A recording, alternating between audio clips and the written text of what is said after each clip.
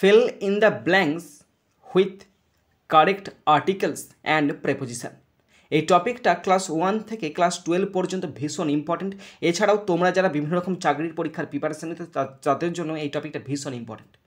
আজকে আলোচনা করছি 164। রেসলিং মানে কুস্তি is one of dash oldest sports in the world. Is one of the কেন বসছে? কারণ এটা সুপারলেটিভ ডিগ্রি, ওল্ডেস্ট আছে না, আর ওয়ান অফ দ্য এটা একটা ফ্রেজের মতো কাজ করছে। One of the oldest sports in the world, বিশ্বের সবচেয়ে প্রাচীন খেলাগুলোর মধ্যে একটি হলো wrestling. Ancient cave drawings of people wrestling with one another have been found. প্রাচীনকালে মানুষ একে অপরের সাথে কুস্তি লড়তো, সেটা দেখতে পাওয়া যায় ড্যাশ ইউরোপ, ইন ইউরোপ, কারণ একটা মহাদেশের নাম তাই ইন বসে গেল।